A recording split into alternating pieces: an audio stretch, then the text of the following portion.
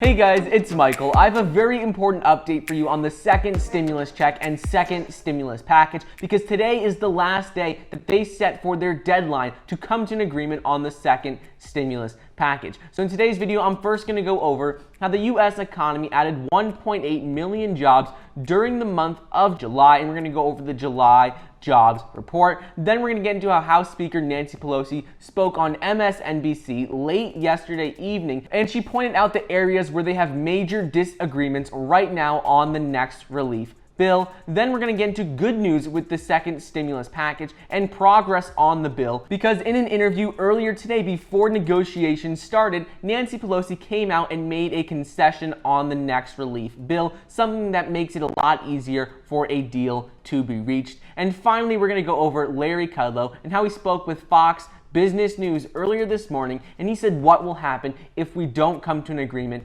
on the second stimulus package and actions that will be taken. So before we get started, I want to remind you guys to be sure to enter today's $50 free stock giveaway. It is really easy to enter. All you do is like the video down below, be subscribed to my channel, and comment down below any company you want, any stock you want, and I'll be giving $50 of that stock to one of you using an app called Stockpile. I'll be announcing the winner in my second video tomorrow. If you don't want to enter, you could still go ahead and get 2 free stocks valued up to $1,400 when you download the Webull investing app using the link down below, and get $5 immediately when you download the Acorns investment app as well. Anyways, let's jump right into it. So the U.S. economy added 1.8 million jobs during the month of July, according to the Labor Department's July jobs report that came out earlier today. This sent the unemployment rate down for the third straight month, and now the unemployment rate fell to 10.2%. So we're still in double digits. However, July's job gains were only modest in comparison to what we saw in previous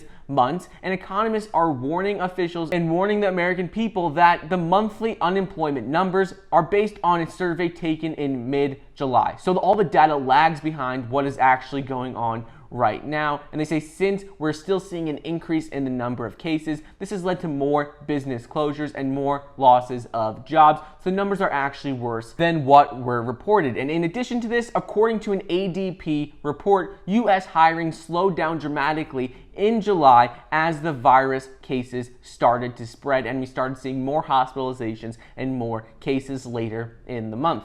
Next up, House Speaker Nancy Pelosi spoke on MSNBC Thursday evening, and she said, "We have major disagreements right now between us on the schooling in terms of dollar amount, but also how the money would be spent." She explained how the president is insisting that most of the money they are allocating would go to schools that are opening in person. He has said this multiple times before, and I've addressed this, but across the country, school districts are now saying that they will largely be opening virtually or in a hybrid fashion in the next couple of weeks and into the fall. On the other hand, Treasury Secretary Steven Mnuchin told reporters Thursday evening that the two parties are actually getting closer on a number of other issues, including another round of payment protection loans, a second stimulus check, eviction protections, and rental payments. So that is all really good news. He says they're coming to agreements on all of those areas.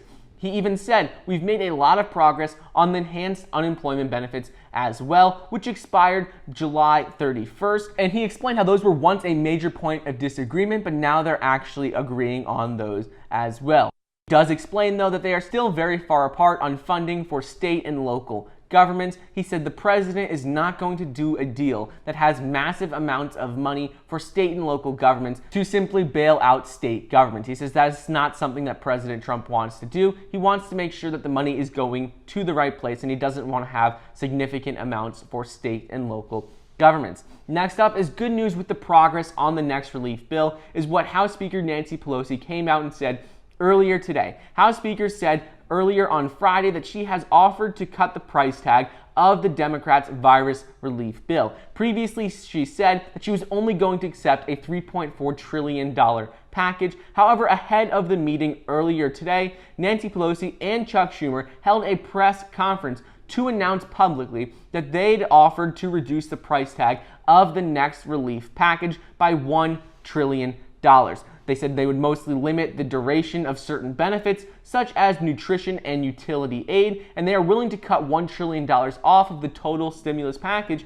if Republicans add $1 trillion to their $1 trillion starting offer. So she said they'll come down $1 trillion if the Republicans go up $1 trillion.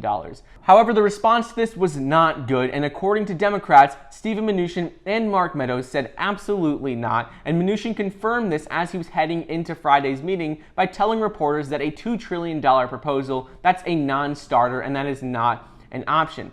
Finally, White House economic advisor Larry Kudlow spoke on Fox Business News earlier today, and he said President Trump will use some sort of executive authority to push through a payroll tax cut and other provisions for economic relief to help the economy if Congress does not come to a bill by the end of today. And as it looks right now, it does not look likely that they will come to an agreement. He goes on to say that President Trump is looking very carefully at executive action to address several provisions that reached a stalemate in negotiations this week between Republicans and Democratic lawmakers. He explained that if Democrats don't want to make a deal, the president could push forward with an executive order to address some of his top priorities, which include a payroll tax cut, administrative actions for moratorium, executive authorities on unemployment, reemployment, a retention credit, and he said all those other aspects that he said were essential items for the next relief bill. Kudlow explains that the White House administration wants to keep the momentum going. They want to make sure more money is put into the economy very quickly, because otherwise we won't see a strong recovery. If no money is put in now,